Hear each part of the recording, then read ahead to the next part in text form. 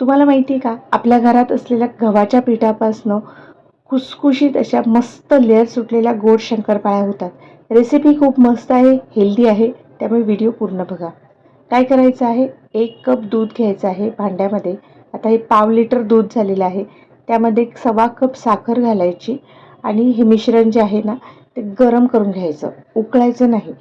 साखर वितळेपर्यंत गरम झालं की भांडं गॅसवरून खाली आणायचं आणि त्यामध्ये 1 कप तूप ओतून घ्यायचं. तूप मेल्ट करून घ्यायचं, म्हणजे ते परफेक्ट प्रमाणात राहतं.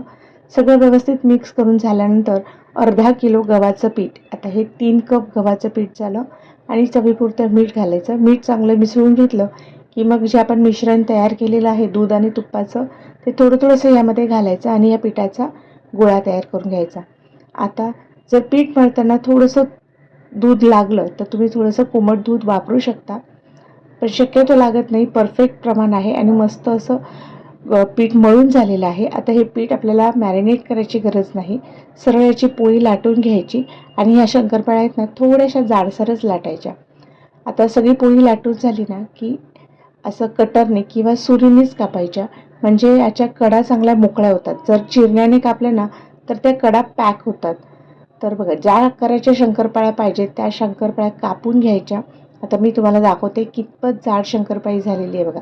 इतपत थोड्याशा जाडसर लाटायच्या आणि शंकरपाळ्या तळतेवेळी तेल चांगलं गरम करायचं आणि मग गॅस बारीक करायचा आणि स्लो टू मीडियम गॅसवर अगदी शांतपणे शंकरपाळ्या तळाव्या लागतात.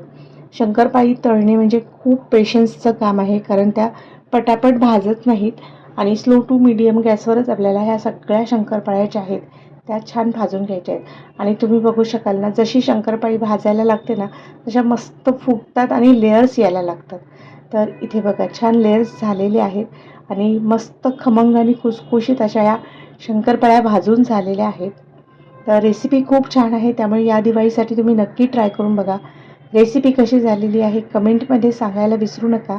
आणि अशा छान छान रेसिपीजसाठी तुम्ही अजून आपल्या चॅनलला सबस्क्राईब नसेल केलं तर पटकन सबस्क्राईब करा. आणि ह्या दिवाळीसाठीच्या तुम्हाला सर्वांना खूप खूप शुभेच्छा.